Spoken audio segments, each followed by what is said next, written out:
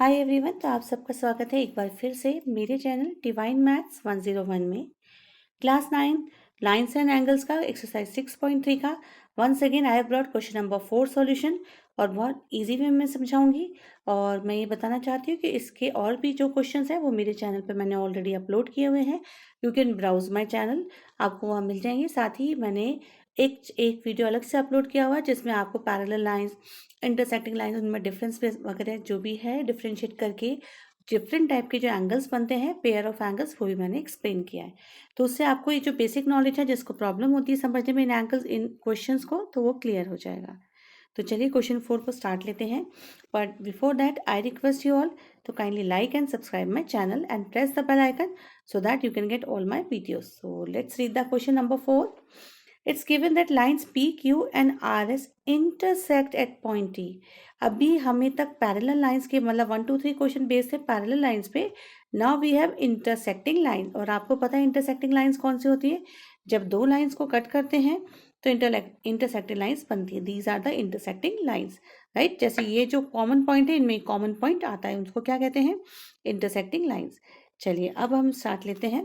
तो इंटरसेक्टिंग किस पॉइंट पे कर रही हैं दोनों लाइंस? टी पे। ये देखिए P Q and R N S, ये देखा है आर एन एस, ये किस पे इंटरसेक्ट कर रही है? टी पॉइंट पे। उससे क्या हुआ? पी आर टी की वैल्यू दे रखी है 40 डिग्री।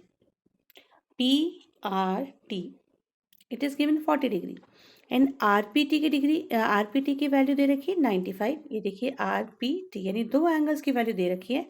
अब आप इजीली, आपको दिख रहा है एक ट्राइंगल है, ट्राइंगल के अंदर हम इजीली अगर इसकी वैल्यू पता कर लेंगे तो बाकी जो एंगल्स इन्हें पूछे हैं वो निकल आएगी। वो कैसे आएगी? Will use the concept of vertically opposite angle. ये देखिए if two line intersect then a pair of vertically opposite angles are equal. ये जो दो एंगल का पेयर है ये इक्वल होगा, साथ ही ये जो दो एंगल का पेयर है ये इक्वल होगा। तो यहाँ पर आप देख सकते हैं एक लाइन ये कट हो रही है और एक लाइन ये कट हो रही है। इससे ये वाले जो दोनों एंगल, ये दोनों पेयर कैसे होंगे? इक्वल होंगे। यहाँ वाले भी इक्वल होंगे पर इनकी हमें जरूरत ही नहीं है। जो बाहर बने ना ये भी इक्वल होंगे पर इनकी हमें जरूरत ही नहीं है क्योंकि इन्होंने पूछा ही नहीं है। ठीक है, तो चलिए अब ये दो एंगल निकालने के लिए हमें क्या करना है? सबसे पहले इस एंगल की वैल्यू आइडेंटिफाई करनी है, तो हम वही करने जा रहे हैं। देखो सबसे पहले गिवन लिखना चाहिए। जैसे मैं हर बार अपनी वीडियो में रिपीट करती हूँ बात कि we should write what is given. हमें यहाँ तक के मार्क्स मिल जाते हैं, कई बार फिगर नहीं दे रखा होता है, उस पर लेबलिंग वगैरह भी कुछ एक्स्ट्रा करनी होती है। तो आप एग्जैक्टली जो फिगर है जैसा आपको समझ में आता है वो कोशिश कीजिए बनाने की, उसके भी मार्क्स मिलेंगे, साथ ही गिवन के भी मार्क्स इसमें मिलते हैं। तो मैथ्स में से मार्क्स पूरे कभी नहीं कटते, जो स्टेप के हैं जितने जितने उतने उतने मार्क्स आपको मिलते हैं। चलिए P R T equals to 40 degree, R P T की वैल्यू लिखी और साथ में इन्होंने हमें दे रखा T S Q equals to 75। ये देखिए 75 डिग्री भी दे रखा है और ये यहाँ पे मैंने लिखा।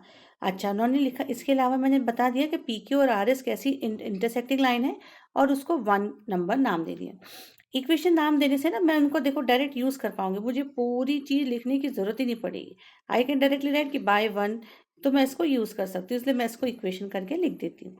ठीक है, चलिए अब हम चलते हैं आगे। ट्राइंगल आरपीटी पे दो एंगल तो पता है, 180 में से इन दोनों को ऐड करेंगे और इस एंगल की वैल्यू यानी पी टी आर की वैल्यू हमें पता करनी है। तो चलिए देखते हैं। 180 में से मैंने इसलिए डायरेक्ट लिखा क्योंकि मैंने ऊपर लिख दिया ना एंगल सम प्रॉपर्टी, तो मुझे अभी अलग से लिखने की जरूरत नहीं है, मैं डायरेक्ट इसको ऐसे ही लिख सकती हूँ।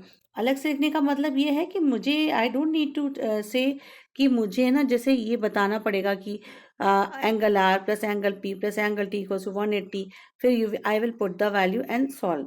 मैंने डायरेक्ट 180 लिखा और 180 में से दोनों एंगल्स को सबट्रैक्ट कर दिया, ऐड किया इन दोनों को तो आया 135 और सबट्रैक्ट करके एक ही लाइन में मैंने लिख दिया 45 डिग्री।